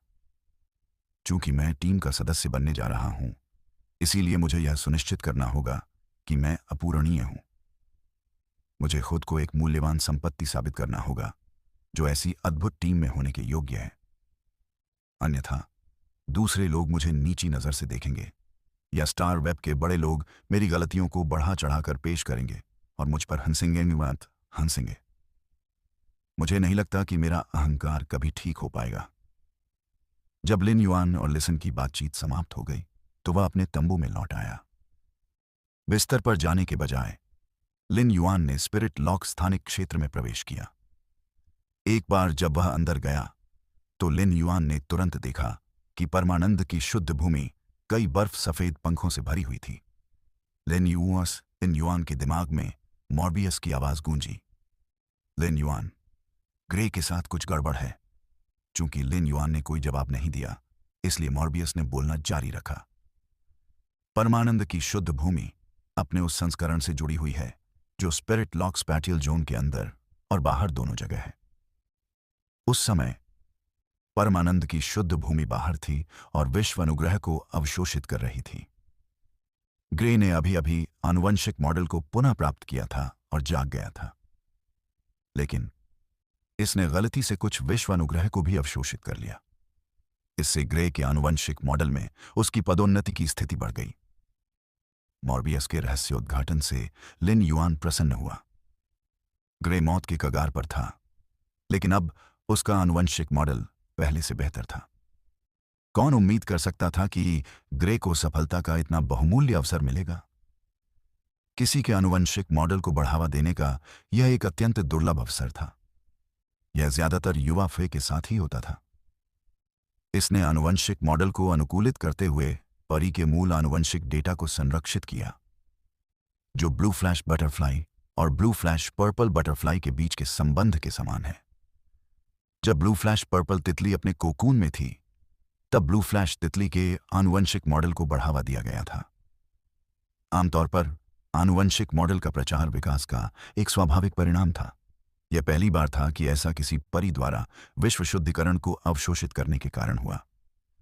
हालांकि स्पिरिट लॉक स्थानिक क्षेत्र में स्पिरिट क्यूई काफी शुद्ध है, लेकिन यह ग्रे के आनुवंशिक मॉडल को बढ़ावा देने के लिए पूरी तरह से पर्याप्त रूप से केंद्रित नहीं है। इसके लिए हमें स्पिरिट क्यूई क्रिस्टल की आवश्यकता होगी, मॉर्बियस ने कहा। लिन युआन ने अपनी नजर आत्मा क्यूई क्रिस्टल के ढेर की ओर घुमाई। उसके पास पर्याप्त मात्रा में स्पिरिट क्यूई क्रिस्टल थे, जिससे वह उनमें से कुछ का उपयोग करने में सहज महसूस कर सकता था।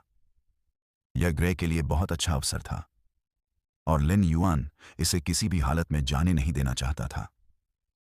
लिन युआन छोटे चूना पत्थर के कटोरे के नीचे स्पिरिट क्यूई क्रिस्टल के ढेर के पास गया और एक स्पिरिट क्यूई क्रिस्टल निकाल लिया। आत्मा क्यूई क्रिस्टल के ढेर को देखकर लिन युआन को ऊर्जावान महसूस हुआ। लिन युआन ने आत्मा क्यूई क्रिस्टल की सटीक संख्या की गणना नहीं की, लेकिन उन्होंने अनुमान लगाया कि संख्या कम से कम 300 थी। यदि कांस्य एक्स लीजेंड मॉर्बियस ने सभी स्पिरिट क्यूई क्रिस्टल को संयोजित करने का प्रयास किया, तो इसमें कम से कम 6 वर्ष लगेंगे। कोल्ड स्नो पाइन से चुराई गई विश्व कृपा संभवतः लिन युआन की शक्ति को बहुत बढ़ा सकती है। उसे अतीत की तरह मितव्ययी होने की आवश्यकता नहीं होगी, जैसे वह आत्मा क्यूई क्रिस्टल का उपयोग करते समय था। लिन युआन ने आत्मा क्यूई क्रिस्टल को पकड़ लिया और ग्रे की ओर बढ़ गया। ग्रे अब भी लगभग उसी आकार का था, लेकिन उसका द्रव्यमान स्पष्ट रूप से बढ़ गया था। ग्रे सिनेबर स्वीट ओस्मांथस की शाखाओं पर गहरी नींद में सो रहा था। उसके वजन से शाखाएं झुक रही थीं। ग्रे के असंभव रूप से सफेद पंख, सुनहरी चोंच और लाल मुकुट को सिनेबार स्वीट ओस्मांथस के लाल फूलों ने और अधिक निखार दिया।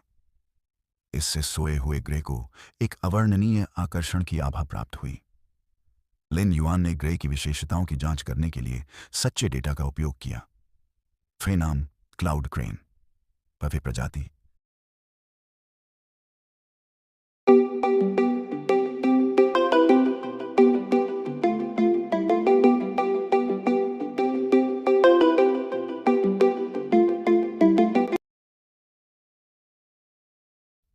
फे ग्रेड नॉर्मा 1 से 10 एल।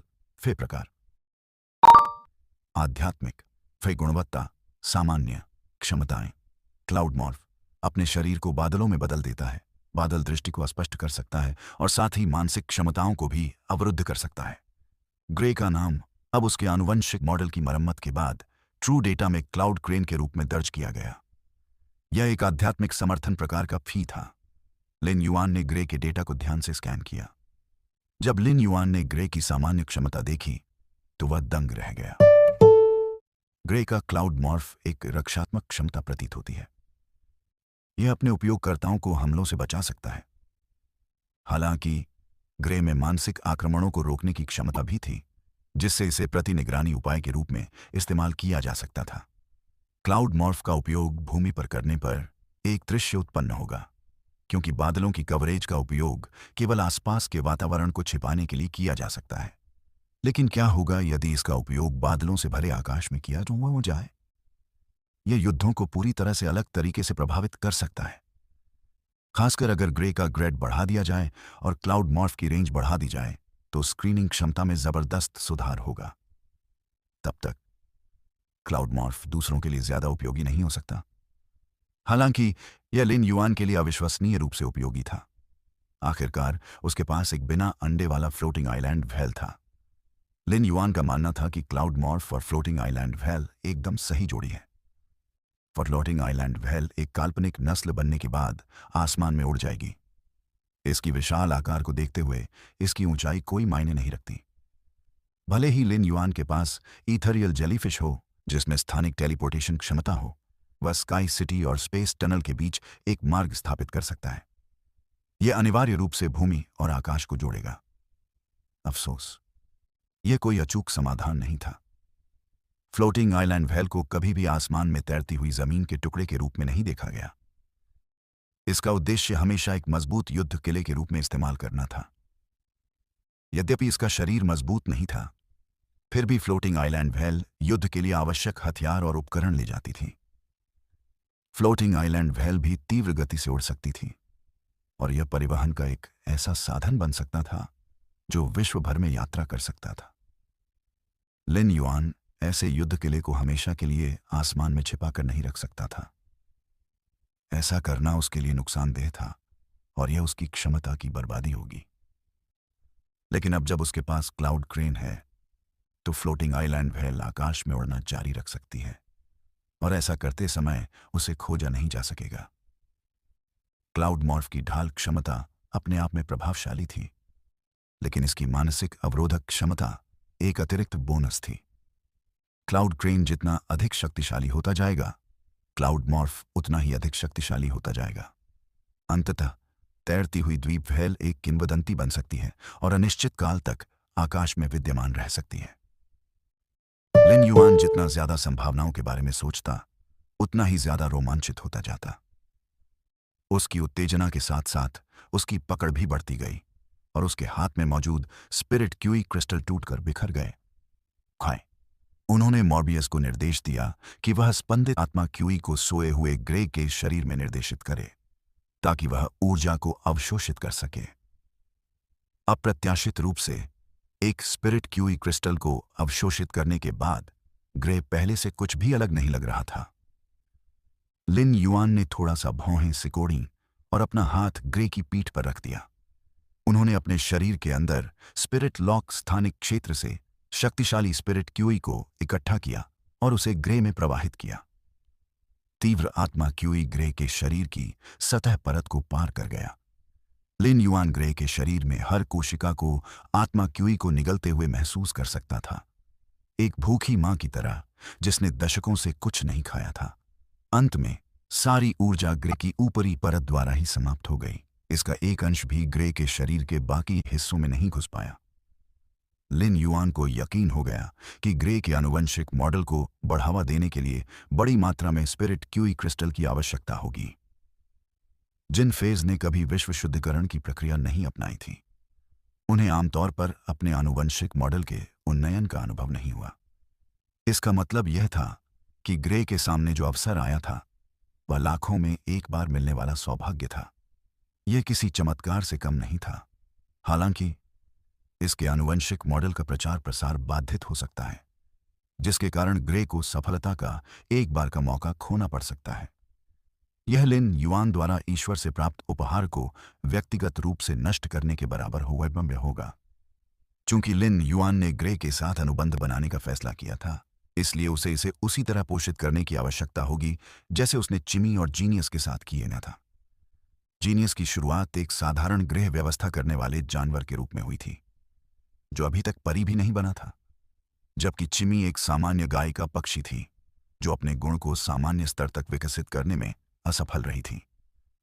इन सब के बावजूद लिन युआन ने अपनी यात्रा को बेहतरीन बनाने का संकल्प लिया।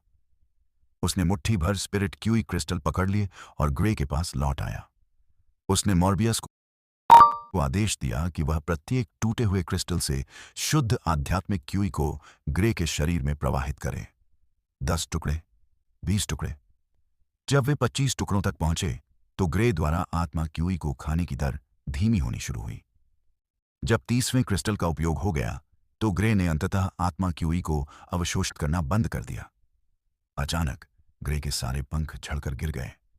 जमीन पर गिरने के बजाय पंख ऊर्जा द्वारा पोषित होकर ग्रे के बगल में तैरने लगे। ग्रे ने पंख बढ़ने और गिरने का चक्र जारी रखा। यह तब था जब लिन युआन को एहसास हुआ कि परमानंद की शुद्ध भूमि में ग्रे के इतने सारे पंख क्यों गिरे हुए थे। From the web powered bye ZergNet, the truth about the 2BER Mountain. Two broke girls cast is so sad. Kamala Harris ditched her pantsuit. Look, we're stunned. जब उसने ग्रे के नए पंखों को करीब से देखा तो लिन युआन ने देखा कि पंखों का प्रत्येक नया सेट पिछले वाले से अलग था। पंखों का प्रत्येक नया सेट पिछले सेट की तुलना में अधिक जटिल और उत्कृष्ट लग रहा था, जैसे वे कला के हस्त निर्मित नमूने हों। लिन युआन ने सोचा कि ग्रे के पंख दिव्य यात्रा ब्लैक स्वेलो के पंखों की तुलना में कहीं अधिक घातक थे, जिसे उन्होंने सोर्स सैंड के मेटल कंज्यूम मैनिफेस्टेशन पंख बनाने के लिए एक खाका के रूप में इस्तेमाल किया था। जो पंख आखिरी बार उगे थे उन पर हल्के सुनहरे निशान थे, जिससे ग्रे का रूप और भी रहस्यमय लग रहा था। लिन युआन को लगा कि ये नए पंख ग्रे के मूल पंखों से भी बेहतर थे। ग्रे से गिरे पंख उसके शरीर के पास लटके रहे और एक बड़े सफेद अंडे का रूप ले लिया। अंडे का खोल धीरे धीरे हिल रहा था, मानो उसमें नया जीवन पनप रहा हो। लिन युआन ने ग्रे की विशेषताओं को फिर से जांचने के लिए ट्रू डेटा का इस्तेमाल किया। वह तुरंत तंग रह गया। ग्रे पहले एक परी एडी फी हुआ करता था, लेकिन जब इसके आनुवंशिक मॉडल को बढ़ावा दिया गया तो यह फ्लोटिंग आइलैंड वेल की तरह स्वर्ग और पृथ्वी परी में बदल गया। ग्रे को अब क्लाउड क्रेन नहीं बल्कि स्काई क्लाउडेड क्रेन कहा जाने लगा। लिन युआन ग्रे के अचानक स्वर्ग और पृथ्वी परी में परिवर्तन से परेशान था। ग्रे पुनः गहरी नींद में सो गया। अंडे से बाहर आने के बाद ही ग्रे को नया जीवन प्राप्त होगा। स्वर्ग और पृथ्वी फे और अन्य फे की अनुबंध निर्माण पद्धति के बीच यही अंतर था। सच्चे डेटा का उपयोग करते हुए लिन युआन ने देखा कि ग्रे की अनुबंध पद्धति फ्लोटिंग आइलैंड वेल के समान थी। इनक्यूबेशन अवधि के दौरान दोनों को अपने कॉन्ट्रैक्टर की रक्त रेखा को महसूस करने की जरूरत थी। अंडे सेने के बाद वे तय करेंगे कि सौदा पक्का करना है या नहीं। लिन युआन ने उस समय को याद किया जब ग्रे उससे लिपटा रहता था। भले ही मैं ग्रे और मेरे बीच रक्त रेखा को न बढ़ाऊं, फिर भी उसे मेरे साथ अनुबंध बनाने का विकल्प चुनना चाहिए। हालांकि स्वर्ग और पृथ्वी फे और हमारे बीच रक्त रेखा को बढ़ाने में सक्षम होने के अलावा रक्त हमारे बंधन को भी मजबूत कर सकता है। मैं अपने द्वारा उपयोग किए जाने वाले रक्त की मात्रा पर कंजूसी नहीं कर सकता। युआन अपने माथे पर हाथ रखे बिना नहीं रह सका। फ्लोटिंग आइलैंड वेल के साथ प्रत्येक बढ़े हुए रक्त संबंध के बाद उसके शरीर में रक्त की एक बड़ी मात्रा फ्लोटिंग आइलैंड वेल के क्रिस्टल अंडे के खोल द्वारा अवशोषित कर ली जाती थी, जिससे उसे ऐसा महसूस होता था जैसे उसका शरीर खाली हो रहा है। अब ग्रे के साथ यह बस खाली होने का दोहरा और आनंद का दोहरा अनुभव था। लिन युआन ने महसूस किया कि उसे वास्तव में कुछ समय बाद झांग श्याओबाई से देखभाल के टिप्स पूछने चाहिए, और यह भी कि उसने खूनी झोंक के विनाश का सामना कैसे किया। अन्यथा चाहे किसी युवक का शरीर कितना भी मजबूत क्यों न हो, वह दो स्वर्ग और पृथ्वी परियों, तैरते द्वीप वेल और आकाश बादल वाले क्रेन का सामना नहीं कर सकता था। यद्यपि वह इस विचार के खिलाफ थे, लेकिन उनका शरीर अविश्वसनीय रूप से ईमानदार था। उन्होंने पहले ही स्काई क्लाउडेड क्रेन ग्रे के साथ वंश को बढ़ाना शुरू कर दिया था। उसने जानबूझकर पहली बार अपनी जीभ से खून का इस्तेमाल किया, ठीक वैसे ही जैसे पहली बार उसने फ्लोटिंग आइलैंड वेल के साथ रक्त रेखा को बढ़ाया था। ग्रे और फ्लोटिंग आइलैंड वेल के साथ रक्त रेखा को बढ़ाने में उसे लगभग 2 घंटे लग गए। इस दौरान लिन युआन ने अपनी चमेली लिली पर भरोसा किया, क्योंकि यह उसके मुख्य फूल का उपयोग जीवन शक्ति को मुक्त करने और उसके शरीर में क्यूई और रक्त को बहाल करने के लिए करती थी। लेकिन उसकी वर्तमान स्थिति एक नल की तरह है। यदि वह स्विमिंग पूल भी होता तो भी वह सूख जाता। लिन युआन अपनी जगह पर डगमगाने के बाद जमीन पर बैठ गया। उसने जैस्मिन लिली को अपने ऊपर 3 मिनट तक अपना उपचार करने दिया, बिना इसके दुष्प्रभावों की परवाह किए। रक्त की हानि के कारण होने वाले चक्कर के कारण उस अत्यधिक आराम ने उसे लगभग स्पिरिट लॉक्स क्षेत्र में सो जाने के लिए मजबूर कर दिया था। लेकिन उस अत्यधिक आराम से जागने के बाद वह रक्त की हानि के कारण होने वाले चक्कर से उबर गया। इससे पहले जब मॉर्बियस ने अपने आनुवंशिक मॉडल को मजबूत करने के लिए स्पिरिट क्यूई क्रिस्टल में स्पिरिट क्यूई को ग्रे में प्रवाहित किया था, तब भी स्पिरिट क्यूई का एक हिस्सा बचा हुआ था। मॉर्बियस ने लिन युआन से पूछा, युआन, ग्रे ने केवल 31वें ऊर्जा क्रिस्टल में थोड़ी सी ऊर्जा का उपभोग किया है। शेष ऊर्जा 4 से 5 कांस्य महाकाव्य फहे को लीजेंड तक पहुंचने में सक्षम होनी चाहिए। जैसे ही लिन युआन ने यह सुना, उसने स्पिरिट लॉक स्थानिक क्षेत्र से एक scorching elemental shellfish, 2 Celestine elemental shellfish और 2 एक्वामरीन एलिमेंटल शेलफिश को बाहर निकालने में भी संकोच नहीं किया। ये 5 एलिमेंटल शेलफिश वर्तमान में कांस्य एक्स एपिक थे। अगर वह उन्हें एपिक से लीजेंड में पदोन्नत करता है, तो जिस गति से वे एलिमेंटल मोती का उत्पादन करते हैं, वह निस्संदेह पहले की तुलना में तेज हो जाएगा। लिन युआन को अब इन 5 एलिमेंटल शेलफिश को महाकाव्य से किंवदंती तक आत्मा क्यूई क्रिस्टल के साथ पहले से बढ़ावा नहीं देने का पछतावा हुआ। इतने लंबे समय के बाद यह अज्ञात था कि कितने स्वर्गीय युवती श्रेणी के मौलिक मोती खो गए थे।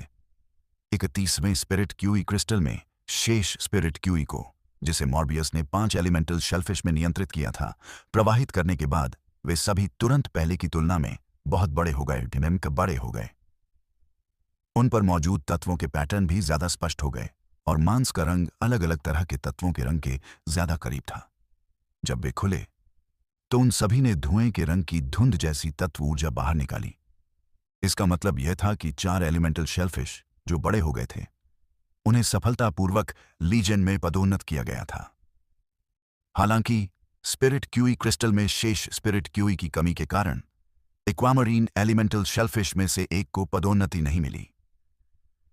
इस स्थिति से लिन युआन को यह पता चल सकता था कि कांस्य एक्स लीजेंड एलिमेंटल शेलफिश द्वारा उत्पादित एलिमेंटल मोती कांस्य एपिक एलिमेंटल शेलफिश द्वारा उत्पादित मोतियों की तुलना में कितने तेजी से उत्पादित होते थे। चूंकि विभिन्न एलिमेंटल शेलफिश से प्राप्त एलिमेंटल मोती अलग अलग तरीके से उत्पादित किए गए थे, इसलिए लिन युआन ने सावधानी से चयन नहीं किया और तुलना के लिए कांस्य x legend scorching elemental shellfish को निकाल लिया। अपने 2 घंटे के अवलोकन के दौरान लिन युआन ने पाया कि इसने कुल 8 मौलिक मोती उत्पन्न किए, जबकि कांस्य एक्स एपिक एक्वामरीन मौलिक शेलफिश ने 6 मोती उत्पन्न किए। हालांकि ऐसा अनुपात बहुत चौंकाने वाला नहीं लगता था, लेकिन समय के साथ अंतर के 1/4 हिस्से को मापने के बाद इसे एक अद्भुत भाग्य कहा जाने के लिए पर्याप्त था। बेशक अन्य लोग धन के संचय को तब तक प्राप्त नहीं कर सकते जब तक कि उनके पास मॉर्बियस के स्पिरिट लॉक स्थानिक क्षेत्र की तरह शुद्ध आत्मा क्यूई की उच्च सांद्रता वाली ऐसी अटूट धन्य भूमि न हो। लिन युआन ने 2 युवा एलिमेंटल शेलफिश निकाली, जो उसने मास्टर जिंग लियू से 200 अग्नितत्व मोती के बदले में प्राप्त की थीं। उसके दिमाग में पहले से ही एक योजना थी। उसे जो करना था वह था उनके उत्परिवर्तन को प्रेरित करना और उन्हें मोटी पृथ्वी के शंख में बदलना। सबसे पहले अलग अलग एलिमेंटल शेलफिश द्वारा उत्पादित स्वर्गीय युवती ग्रेड एलिमेंटल मोतियों के बीच उन्हें एक से एक की कीमत पर प्रसारित किया जा सकता था। इस प्रकार वास्तव में कोई खास अंतर नहीं था, चाहे वह किसी भी तरह के एलिमेंटल शेलफिश का पालन पोषण करता हो। लिन युआन 2 युवा एलिमेंटल शेलफिश को मोटी पृथ्वी शेलफिश में विकसित करना चाहता था, क्योंकि सोर्स सैंड अपने ग्रेड और रैंक में सुधार करना चाहता था। स्पिरिट क्यूई क्रिस्टल में स्पिरिट क्यूई पर निर्भर होने के अलावा मोटी पृथ्वी शेलफिश द्वारा उत्पादित स्वर्गीय युवती ग्रेड एलिमेंटल मोती भी वृद्धि के लिए एक उत्कृष्ट विकल्प थे। साथ ही उन स्वर्गीय युवती ग्रेड एलिमेंटल मोतियों में शुद्ध पृथ्वी ऊर्जा स्रोत रेत को संयमित कर सकती है। लिन युआन के कुछ प्रोत्साहन से 2 युवा थिक अर्थ शेलफिश को आसानी से ब्रॉन्ज एक्स एपिक में विकसित किया गया। इसके बाद उसने सींग रहित ड्रैगन वंश के साथ 3 लाल जल रक्त सांपों को बुलाया, जो उसे एम्बर बटन के आकार के डायमंड फे स्टोरेज बॉक्स से इंडिगो एज्योर सी मार्केट में व्यापार के दौरान मिले थे। वे कच्चे माल थे जिनकी रक्त बीज की माता के तीसरे विशिष्ट कौशल बाह्य रक्त अस्थि को आवश्यकता थी। ब्लड बेथ की मां के विशेष कौशल और शक्ति में सुधार लापरवाही नहीं हो सकती थी। इसलिए लिन युआन ने ब्लड बेथ की मां से 3 लाल पानी के रक्त सांपों के विशेष कौशल के चयन के बारे में पूछा था। उनके विशेष कौशल रक्तबीज की मां के लिए महत्वपूर्ण नहीं थे। रक्तबीज की मां के चेलिसेरा के साथ जुड़ने के बाद ये 3 लाल जल रक्त सांप उसके शरीर के एक हिस्से के बराबर हो जाएंगे। इसलिए वे उसके द्वारा प्रभुत्व में आ जाएंगे और उसके विशेष कौशल के समान हो जाएंगे। जब लिन युआन ने उन्हें बढ़ाया तो उन्हें कांस्य में पदोन्नत होने पर उनके विशेष कौशल के विकल्प पर विचार करने की आवश्यकता नहीं थी। युआन इन 3 लाल पानी के खूनी सांपों को देखकर आहें भरने से खुद को रोक नहीं सका। वास्तव में उनमें सींग रहित ड्रैगन वंश था। आधे दिन पहले उन पर रियल गर पाउडर छिड़का गया था, लेकिन अब वे सुरक्षित लग रहे थे। वे सभी उत्साहित थे। लिन युआन ने 3 लाल जल रक्त सांपों को सींग रहित ड्रैगन रक्त रेखा के साथ बढ़ाया और उन्हें कुछ घंटों बाद कांस्य एक्स महाकाव्य में पदोन्नत किया गया। भले ही जब उन्हें कांस्य पदक पर पदोन्नत किया गया था तब उनके विशिष्ट कौशल महत्वपूर्ण नहीं थे। फिर भी लिन युआन ने उन्हें कांस्य पदक पर पदोन्नत करने से पहले उन्हें अभिजात वर्ग महाकाव्य में पदोन्नत किया। सामने आए 3 विशिष्ट कौशलों में से उसने वह कौशल चुना जो उसे सबसे अधिक शक्तिशाली लगा। लिन युआन ने फिर एक स्पिरिट क्यूई क्रिस्टल निकाला और उसे कुचल दिया। मॉर्बियस के मार्गदर्शन में 3 कांस्य महाकाव्य लाल जल रक्त सांप, 2 मोटी पृथ्वी शंख और एक क्वामरीन एलिमेंटल शंख जो पहले अपनी गुणवत्ता बढ़ाने में विफल रहे थे, सभी को बढ़ाया गया। चूंकि एक्वामरीन एलिमेंटल शेलफिश ने पहले ही स्पिरिट क्यूई क्रिस्टल से उच्च शुद्ध स्पिरिट क्यूई को अवशोषित कर लिया था, इसलिए यह लीजेंड बनने की कगार पर था। इसलिए इस बार सभी 6 कांस्य महाकाव्य फे को एक स्पिरिट क्यूई क्रिस्टल की बदौलत लीजेंड में पदोन्नत किया गया। लिन युआन ने 3 कांस्य पौराणिक लाल जल रक्त सांपों को प्लैटिनम फये भंडारण बॉक्स में संग्रहित किया और जब वह शाही राजधानी में वापस आया तो उन्हें रक्तबीज की मां को देने वाला था। इसके तुरंत बाद उन्होंने एक्वामरीन एलिमेंटल शेलफिश और सेलेस्टाइन एलिमेंटल शेलफिश को वापस उनके मूल स्थान पर रख दिया। यद्यपि फ्लोटिंग आइलैंड व्हेल एक स्वर्ग और पृथ्वी परी स्पिरिट लॉक स्थानिक क्षेत्र में आत्मा क्यूई, जल ऊर्जा और पवन ऊर्जा को खा सकती थी, लेकिन इसकी एक सीमा थी। इससे पहले जब वे एपिक पर थे तो एक्वामरीन एलिमेंटल शेलफिश और Celestine elemental shellfish floating island whale के उपभोग के लिए पर्याप्त थे। अब उनकी गुणवत्ता को बढ़ावा दिए जाने के बाद लिन युआन के पास हर घंटे सेलेस्टाइन एलिमेंटल शेलफिश द्वारा उत्पादित 2 वायु प्रकार के स्वर्गीय युवती ग्रेड एलिमेंटल मोती और एक्वामरीन एलिमेंटल शेलफिश द्वारा उत्पादित 2 जल प्रकार के स्वर्गीय युवती ग्रेड एलिमेंटल मोती थे। चूंकि ट्विन रेड पैगोडा के मुख्य पुष्प में अपरिपक्व जीवन रूप बलिअग्नि झुलसाने वाले मौलिक शेलफिश द्वारा उत्पादित अग्नि प्रकार स्वर्गीय युवती श्रेणी मौलिक मोती को अवशोषित नहीं कर सकी, इसलिए एकत्रीकरण की गति पहले की तुलना में बहुत तेज हो गई थी। थिक अर्थ एलिमेंटल शेलफिश द्वारा उत्पादित 2 पृथ्वी प्रकार के स्वर्गीय युवती ग्रेड एलिमेंटल मोतियों के साथ सोर्स सैंड एक अवधि में केवल एक का ही उपभोग कर सकता था। इसलिए पृथ्वी प्रकार के स्वर्गीय युवती ग्रेड एलिमेंटल मोती मूल रूप से एक भूख बढ़ाने वाले के बराबर थे। लिन युआन को लगा कि हालांकि उसने इंडिगो एज्योर्सी मार्केट में अपने सभी संसाधन खर्च कर दिए हैं, लेकिन संसाधन संचय की वर्तमान दर के आधार पर वह जल्द ही अमीर हो जाएगा। उसके हाथों में स्वर्गीय युवती श्रेणी के मौलिक मोतियों के उत्पादन की गति को देखते हुए उसे मौलिक मोतियों का राजकुमार कहना बहुत ज्यादा नहीं होगा। लिन युआन ने समय देखा और पाया कि सुबह के 5 बज चुके थे। वह फिर से स्पिरिट लॉक स्थानिक क्षेत्र में रात भर जागता रहा। एलिमेंटल शेलफिश को लगातार स्वर्गीय युवती श्रेणी के एलिमेंटल मोती का उत्पादन करते हुए देखकर उसे थकान महसूस नहीं हुई, बल्कि संतुष्टि महसूस हुई। अभी भी समय था, क्योंकि कल रात दूसरों के साथ जागने का तय समय 7:30 था। फैयस को बढ़ाने के लिए उसके पास अभी भी लगभग 2 घंटे बाकी थे।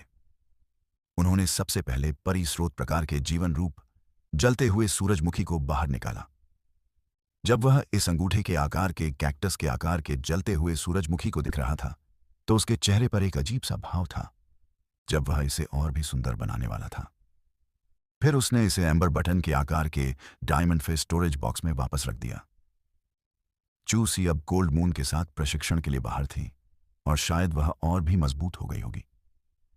लिन युआन को नहीं पता था कि वह अब कितनी मजबूत थी, इसलिए उसके लौटने का इंतजार करना और उसके फेस को समझना बेहतर होगा, इससे पहले कि वह उसका कांस्य महाकाव्य वज्र बटरली ले ले और बर्निंग सनफ्लावर के साथ मिलकर उसे कांस्य लीजेंड में पदोन्नत करे। चूसी बड़ी हो गई थी।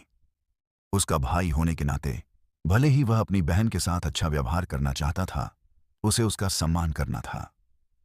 लिन युआन का इरादा चूसी को बर्निंग सनफ्लावर का विशेष कौशल चुनने देना था।